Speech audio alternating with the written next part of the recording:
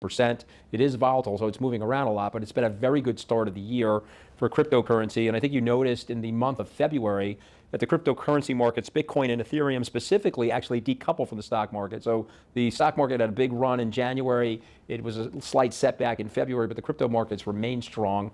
And I maintain my view that this will be a recovery year for crypto.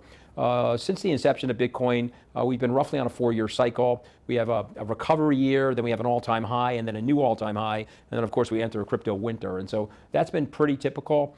If you zoom out and you look at it though, Bitcoin has probably been the best investment in global history. In fact, if you put 1 penny in Bitcoin and 99 cents in cash since the inception of Bitcoin, you outperformed every 60-40 portfolio or every mixture of different asset categories. And so I think it really behooves people to just recognize there's volatility as a new technology is adopting.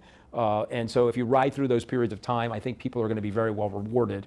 But again, it's a time frame perspective. If you manage these things minute to minute, though, it is disastrous. Even Warren Buffett has had 3 or 4 periods of time in his investment career where, in a short-term basis, he's lost almost 50% of his NAV. So again, I caution people, have them take a long-term perspective. I'm doing this a long time, and so I think I have the right temperament for it.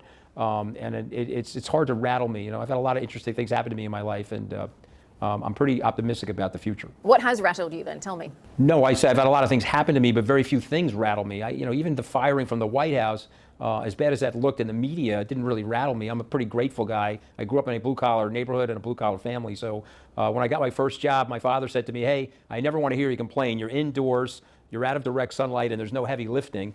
And I think I have the right perspective in terms of dealing with these things. So no, I don't get rattled. It takes a lot to rattle me. I don't really remember being that badly rattled. It would have to be a big crisis, and thankfully we haven't had anything like that so far.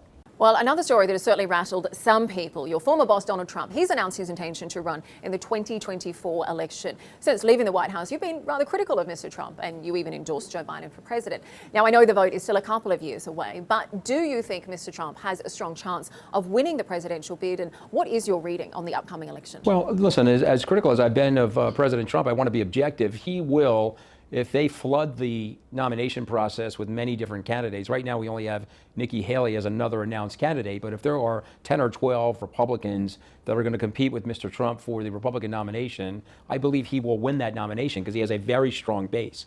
But I will just point out that I'd worked for Mr. Trump, known him for many years, was fired from the White House in July of 2017, and I maintained loyal support for him and the party through 2019, but he was degrading in the office, and the obscenities on Twitter and the bizarre reaction to certain things that were going on internationally, his withdrawal primarily from our Western allies, there became a bridge too far, if you will, or a crossing of the Rubicon. And so when Mr. Trump went after the 4 congresswomen in our Congress and basically said they needed to go back to the countries they originally came from, that was a bridge too far for me. Other people may have gotten there earlier than me. Some people got there later. Some people honestly disliked him, but will never say that. I guess that's part and parcel of politics, if you will.